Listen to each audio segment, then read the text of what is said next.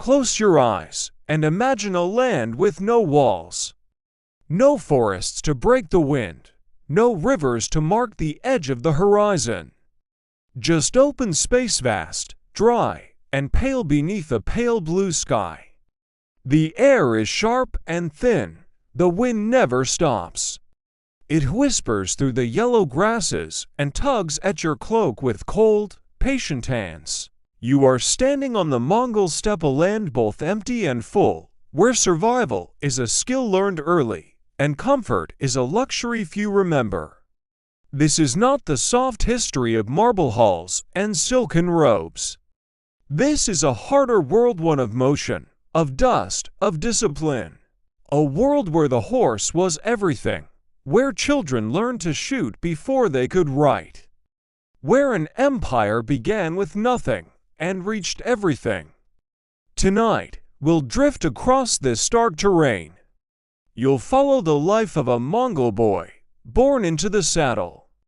You'll ride beside the ghost of a young orphan who would become Genghis Khan. You'll walk the vanished streets of Karakorum, the lost Mongol capital. And finally, you'll sit within the felt walls of a noblewoman's yurt, where power wore a softer voice. Let the wind quiet your thoughts, let the rhythm of hooves and the hush of history carry you. This is the steppe. Let's begin. From your earliest days, you were surrounded by movement. The creaking of ox carts, the hiss of wine through tall grass. The soft snorts of horses tethered outside the yurt, always ready to ride. You were not coddled. A Mongol child, especially a boy, was expected to learn fast. By the age of 3 or 4, you were already riding bareback, no stirrups. You learned to grip with your knees, to balance with your breath. Your saddle became your cradle, your classroom, your church. Your world smelled of leather and horsehair. Your days were filled with chores, tending sheep, watching herds, fetching water across frozen plains. Your hands were often cracked from cold, your boots were stiff with salt and dust. And yet, no one pitied you. Pity was a thing for weaker lands. You drank egg fermented mare's milk, sour and sharp on the tongue. Your meals were simple: dried meat, boiled mutton, hard cheese made from curdled milk. Vegetables were rare, fresh fruit, a distant dream. But the food gave strength. It kept you riding. Your training never stopped. You learned to fire arrows from a galloping horse, to gut a sheep with steady hands, to read the sky for weather, the grass for paths, the stars for direction. You could sleep in a saddle if you had to. You knew how to take warmth from your horse's body on cold nights. In winter, the wind was brutal. The steppe offered no trees, no shelter, just raw openness. You wrapped yourself in dell, a heavy coat made of felt or fur, layered again and again. Still, your cheeks burned red from frost, and your lips cracked until they bled. But even in this harshness, there was beauty. The sunset stretched endlessly across the plains, burning gold and crimson. The songs of your elders carried in soft, low chants around the fire. The stories told were not of comfort, but of resilience, of wolves hunted, of rivals defeated, of storms endured. You were never alone. The clan was your lifeline. The family, your first allegiance. Disobedience was not merely frowned upon, it could be fatal. Unity was survival, and yet life was not cruel for cruelty's sake. It was simply what it had to be. To be Mongol was to be in motion. Always moving, always riding, always enduring. That was the rhythm of your life.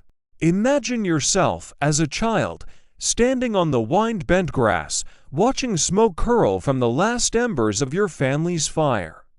The ashes are cold, the horses are gone, your father has been poisoned, your clan scattered, your family abandoned. You are not yet 10 years old, You have no food, no protection. Only your mother, your brothers, your sisters, and the endless, unyielding steppe. This was the beginning of Temujin's story. A boy who would become Genghis Khan, the most feared and powerful conqueror the world had ever known. But he did not begin as a conqueror. He began as a boy in the dirt. His early life was not grand. It was uncertain, hungry, humiliating. After his father's death, likely the result of rival tribal politics, Temujin's family was cast out, left to survive on their own. They dug for roots, hunted small animals, faced the long winters with nothing but worn furs and thin broth. The rhythm of their lives was survival, nothing more. Yet something within him did not break, it sharpened. Temujin began to gather loyalty not through gold or lineage, but through trust. He remembered those who helped him, he punished those who betrayed him. He understood that strength did not come from muscle alone, but from loyalty, strategy, and timing. Over time, he built a following, slowly, carefully. He married Bort, a noblewoman whose support would remain constant. He made alliances with powerful leaders, then broke them when necessary. He was captured once, locked in a wooden yoke, his hands bound.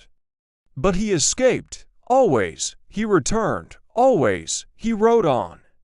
The steppe had taught him that life was temporary, that tribes rose and fell like the wind, that only unity could survive the storm. So he did something unthinkable. He united the Mongol tribes. Not with ceremony, but with discipline, he outlawed tribal feuds. Appointed leaders by merit, not birth, implemented strict laws. The Yasuta controlled the chaos. Loyalty was demanded, betrayal was unforgivable. Yet, there was fairness, too, religious tolerance. Promotion for the talented, order amid motion. By the year 1206, he was no longer Temujin. He had been declared Genghis Khan, universal ruler, not of a kingdom with borders, but of a people always in motion. A nomadic empire, driven by hooves and ambition, and from there, the world shifted. He would go on to conquer more land than any human in history, from China to the Caspian Sea.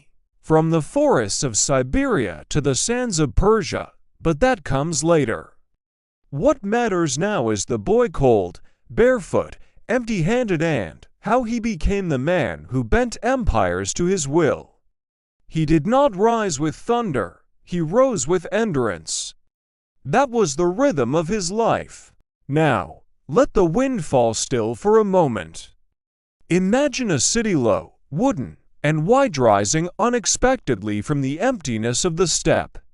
No towering stone walls, no marble columns. Just long timber halls, rows of yurts, plumes of cooking smoke, and the soft jingle of bridles as horses shuffle near open gates. You were looking at Karakorum, the capital city of the Mongol Empire, once real, now vanished. It was not like the cities of Europe or China. There were no stone cathedrals here, no paved plazas. Yet for a time, this place was the very heart of the largest land empire the world had ever known.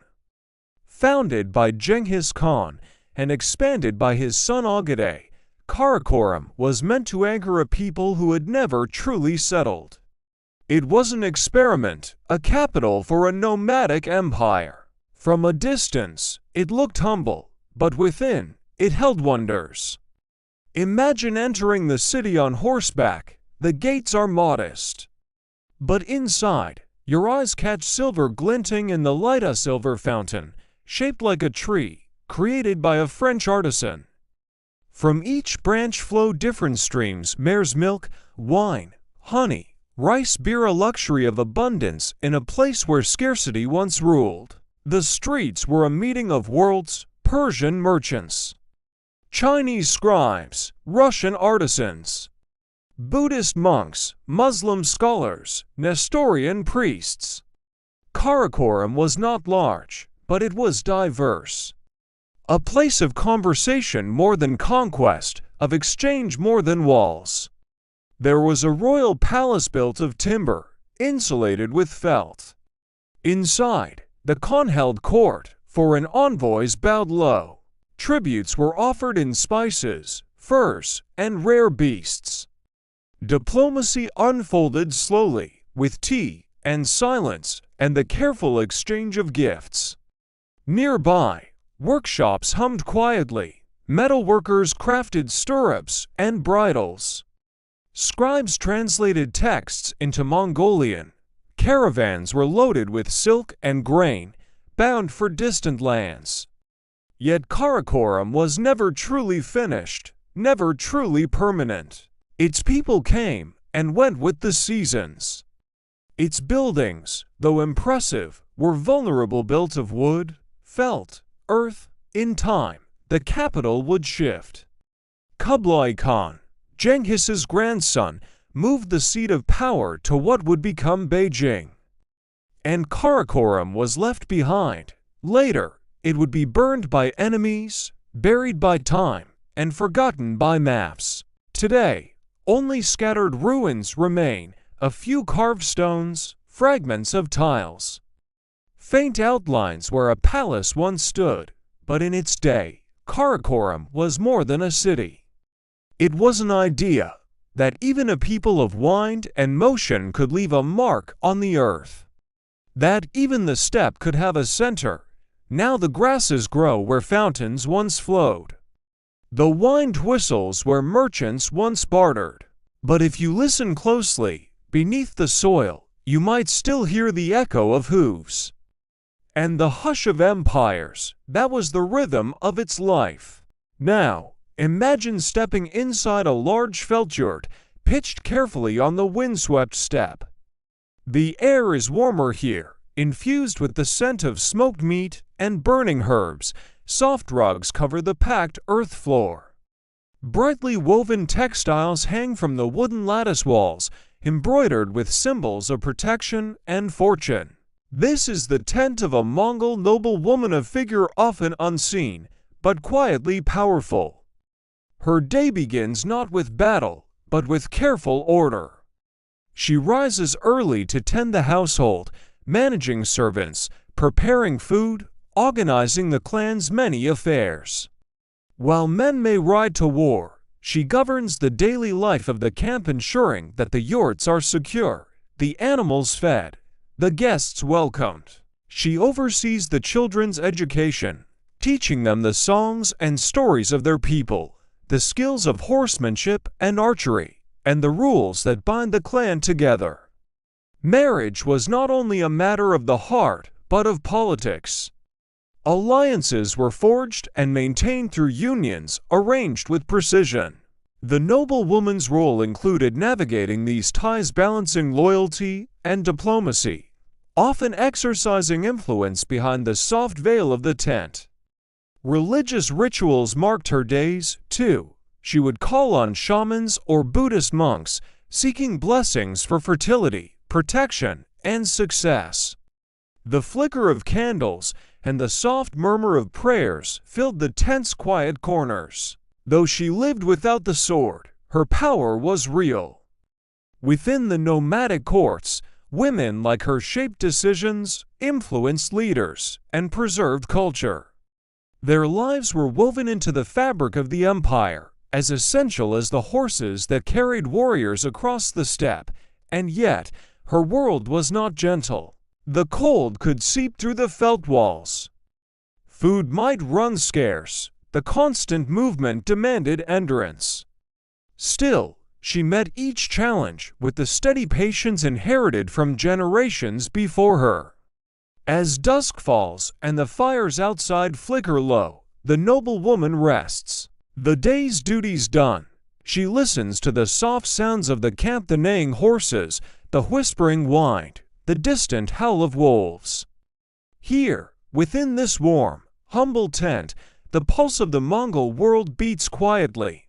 Now, As the night deepens and the steppe grows silent once more, allow yourself to breathe deeply. Imagine the endless grass beneath a star-filled sky, the soft crunch of hooves in the distance. The cool night air wrapping gently around you like a felt cloak. The Mongol steppe was a harsh teacher.